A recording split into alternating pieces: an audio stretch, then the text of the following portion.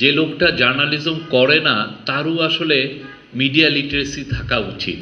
জুলাই আন্দোলনে সাংবাদিকদের যা ভূমিকা, মানে যারা একদম দাঁড়িয়ে থেকে পুলিশকে কনফ্রন্ট করে যে জার্নালিজম করেছেন বা সরকারের রক্তচক্ষুর এগেনস্টে, সেটা তো মানে আমার মনে হয় ঐতিহাসিক, এটার কোনো তুলনা হয় না। অনেকে মনে করেন যে আমরা জার্নালিজমটা অতটা না জানলেও হয়, কিন্তু সত্যিকার অর্থে জার্নালিজমটা, যে লোকটা জার্নালিজম করে না তারও আসলে মিডিয়া লিটারেসি থাকা উচিত।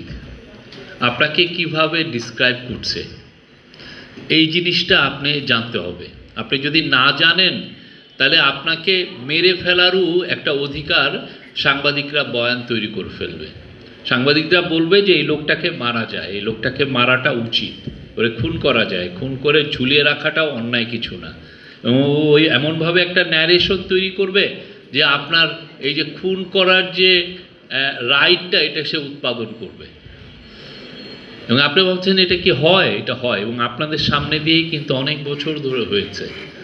যে জুলাই আন্দোলনের প্রেক্ষাপটেই দেখেন না, জুলাই আন্দোলনে সাংবাদিকদের যা ভূমিকা, মানে যারা একদম দাঁড়িয়ে থেকে পুলিশকে কনফ্রন্ট করে যে জার্নালিজম করেছেন বা সরকারের রক্তচক্ষুর এগেনস্টে, সেটা তো মানে আমার মনে হয় ঐতিহাসিক, এটার কোনো তুলনা হয় না। বাংলাদেশের অনেক নিউজ পেপার, বেশ কিছু টিভি স্টেশন, অনেক সিটিজেন জার্নালিস্ট এবং আমাদের যারা আপামন পুরো বাংলাদেশের মানুষ এই জার্নালিজমে কন্ট্রিবিউট করেছেন। আবার ঠিকই আপনি ওই সময়টা দেখেন যে আর একটা গ্রুপ ছিল আপনাকে কনসেন্ট উৎপাদন করতে, যে এই লোকগুলো যারা যারা আন্দোলন করছে এদেরকে মারা যায়, এদেরকে খুন করা যায়, এ লোকগুলো জাতির শত্রু, এ লোকগুলো বিটিভিতে অ্যাটাক করে, এ লোকগুলো মেট্রো রেলে অ্যাটাক করে, এই লোকগুলো সন্ত্রাসী। গ্লোবাল ওয়ার অ্যান্ড টেররের ল্যাঙ্গুয়েজে সন্ত্রাসীটা খুবই একটা বাজে শব্দ।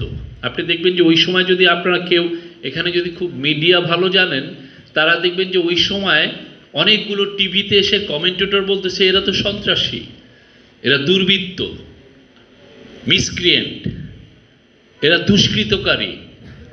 এই যে আপনি যে ল্যাঙ্গুয়েজগুলো, এই ল্যাঙ্গুয়েজগুলো দিয়ে কি করে? এই ল্যাঙ্গুয়েজগুলো দিয়ে শাসককে বলে যে না, তুমি এই লোকগুলোকে মারতে পারবা, যে লোকটা আন্দোলন করতে আসছে তাকে মারাটা জায়েজ। এটাই তো তৈরি করে এই ল্যাঙ্গুয়েজের যে খেলা। এটা আপনারা যারা এখানে আছেন, যারা যারা জার্নালিজম করেন বা জার্নালিজম করেন না, এই যে মিডিয়া লিটারেসি আপনারটা লাগবে। আপনি যদি আন্দোলনে যান, এই মিডিয়া লিটারেসিটা আপনার খুবই খুবই আমাদের যেমন মহান একটা সাংবাদিকরা মহৎ একটা ভূমিকা পালন করেছে সেই সময়, আবার ঠিক অল্টারনেটিভলি দেখেন একটা গ্রুপ এই চেষ্টাটা করেছে, তারা ফেল করেছে। মানুষের যে উত্থান, মানুষের যে গণ অভ্যুত্থান, তার কাছে তারা হেরে গেছে। যদি তারা জিতত, কত লোক 2000 তো দেখেছেন, আরও 2 লক্ষ ছেলের জেলে যেতে হতো, তার রাইট কেড়ে নেওয়া হতো পলিটিক্স করার, তার চাকরি করার রাইটস কেড়ে নেওয়া হতো, তার পরিবারকে এক ধরনের অস্ট্রাসাইজ করা হতো। এটা বছরের পর বছর লাগতো। এবং আপনি লিটারেচার, একটা পুরো একটা লিটারেচার ওরা তৈরি করতো, ন্যারেটিভ তৈরি করতো যে ওই সময় 2024 জুলাই অগাস্টে কিছু দুর্বৃত্তকারী সারা বাংলাদেশ ব্যাপী এই আন্দোলন করেছিল। এই ন্যারেটিভটাকে উৎপাদন করতেন সাংবাদিকরা, উৎপাদন করতেন।